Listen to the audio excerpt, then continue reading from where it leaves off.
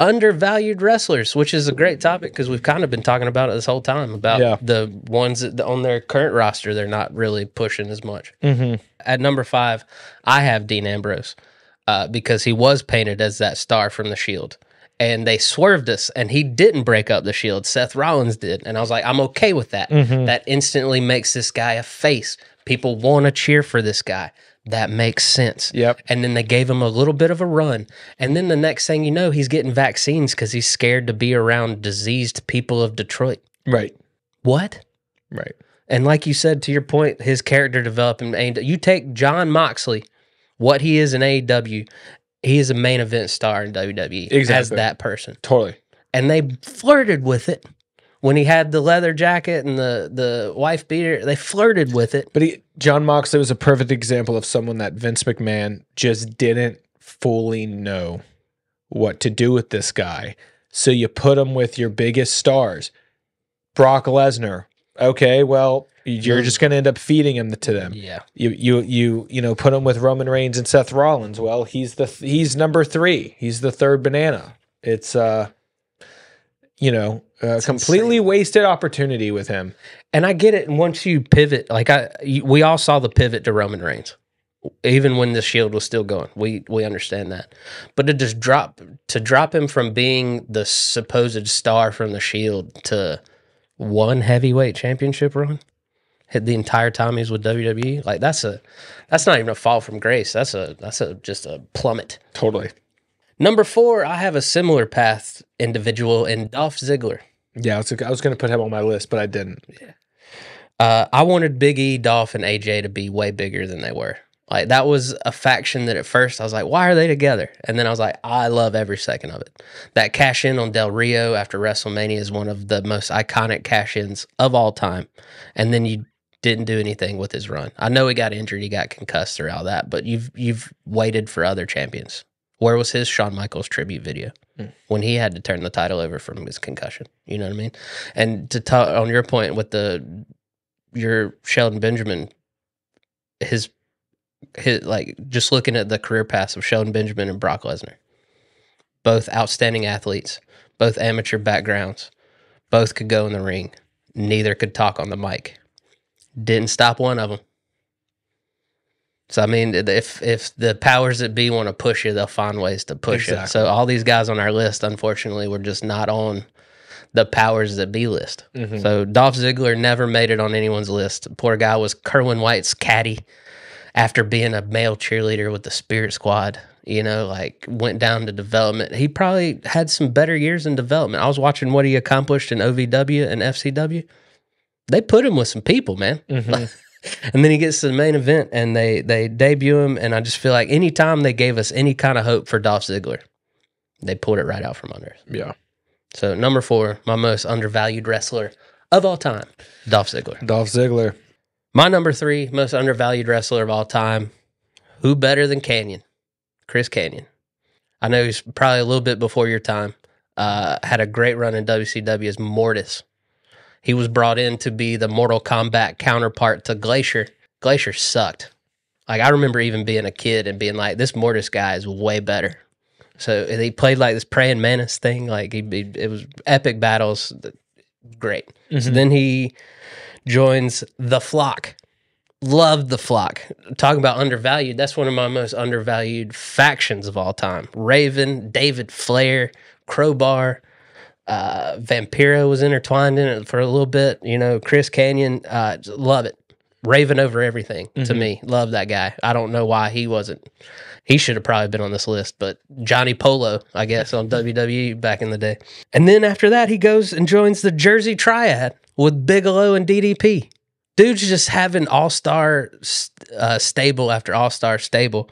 So then he comes over, he's part of the Alliance. He's one of the main guys in the Alliance. They're pushing him as the face of not the face of the Alliance, but he's up there. He's standing toe-in-toe with Kurt Angle and Stone Cold, depending on which side they were on at the time. Because, they flip-flopped a lot of their...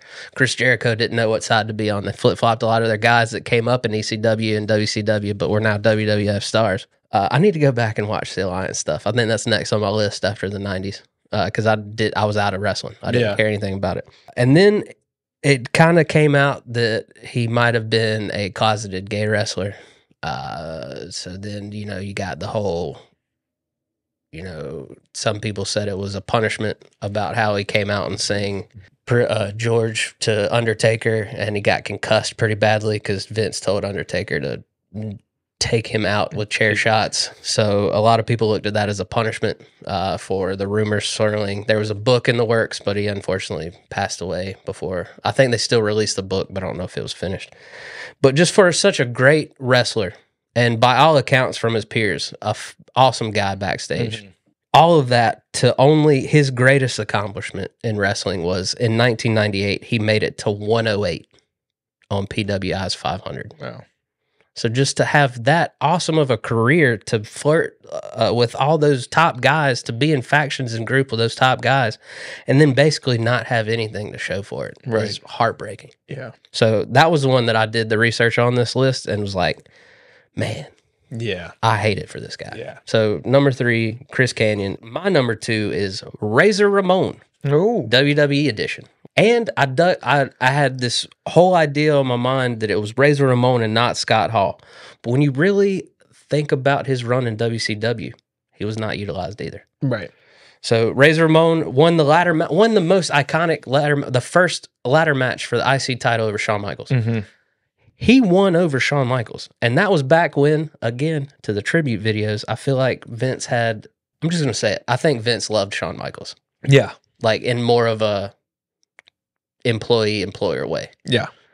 And for Razor to beat Shawn. It's his favorite. Yeah. No, like I said, no one got those tribute videos. No one got that many title runs when the product wasn't that good. Right. He went over Vader. Right. They brought Vader in to feed to Shawn Michaels. They brought British Bulldog back to feed to Shawn Michaels. Razor got a win over him. He was in a program with Ric Flair. Mm-hmm. I thought this guy was, he just oozed cool. Like whatever cool was in 95, Razor Ramon. So the fact that he never made it to the main event scene, I personally liked him in the ring over Diesel.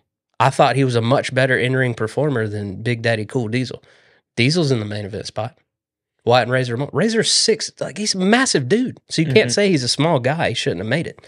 Like, and this is before he really had the backstage problems that he had. Like, I get why he wasn't pushed after the fact.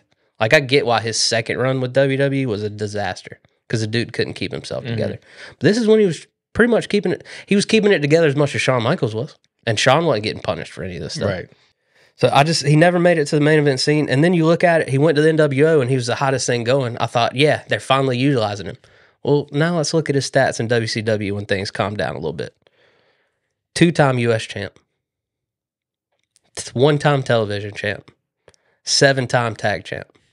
Even in that cluster of a era where they were giving everyone a title run, Scott Hall never got the title. They traded it between Nash and Hogan. Little Scott Steiner, little Booker T, never Scott Hall. So my number 2 most undervalued wrestler of all time, and I get it. Some of it was to his own demise, but it's Razor Ramon, Scott Hall. I like it. My number 1 most undervalued wrestler of all time, Mr. Perfect. I love Mr. Perfect. Everything he does is just perfect. I watched the clip the other day, and he threw his towel behind his back, and it landed on Mr. Big's shoulder perfectly. Like, as he's walking into the ring. I'm like, are you kidding me? Yeah. He had every kid my age spitting their gum out and trying to hit it with their hands. Like, God, there was so much gum over the recess playground. It was ridiculous because we just chew it. Like, I'm Mr. Perfect. I think when they put Bobby the Brain Heenan with Mr. Perfect, that's the best combo manager wrestler we've had. And they replicated it with Paul Heyman and CM Punk during those Undertaker feuds and that run he had. But Bobby the Brain Heenan, Mr. Perfect, iconic duo. I understand injuries cut his career short. He did a bunch of things. He was all over the place. Came back to WWE, had a back injury in 91. That really set him up. I think he was out a lot longer than he needed to be, so creative plans kind of passed him over. He was supposed to be thrown right in there in 92 with Flair and Hogan and Sid and all those guys. He was supposed to be right in it with them, and he was outside the ring. So utilized him a lot as a manager during these times.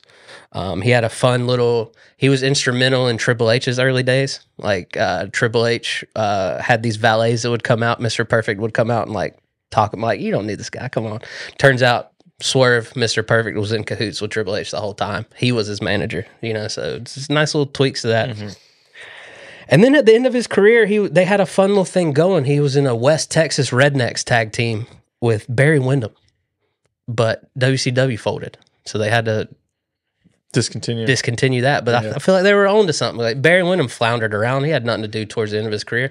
I just saw in '94 they packaged him with Bradshaw's The New Blackjacks. Right. It's like, how long did that last for? Right. I don't even remember this. I don't remember the New Blackjacks. He had a wild little run in the early 2000s. He made it to the final 3 in the Royal Rumble of 2002. Got eliminated by Triple H, who eventually won it. And then he had a backstage disagreement with Brock Lesnar and got fired and never came back to the company, and unfortunately met his demise way too soon. So I just feel like Mr. Perfect just had all the makings of a main event guy, had all the makings of the guy. Mm-hmm. And I think he was one of those candidates that Vince was seriously considering post Hogan. And I just feel like some untimely injuries and just some bad luck ruined that guy's career. Because I think he was one of the wrestlers that had McMahon's backing. I don't think his fall from grace was political in any means. I think it was injuries. Right. And then also getting in a fight with the main guy. Can't be fighting Brock Lesnar in 2003. You know what I mean? He was the guy. So I get it. So yeah, that's my most undervalued wrestler of all time, Mr. Perfect. I love it. Check out Evan Burt Comedy, Drew Harrison Comedy, and hit that subscribe button. We'll see you next time.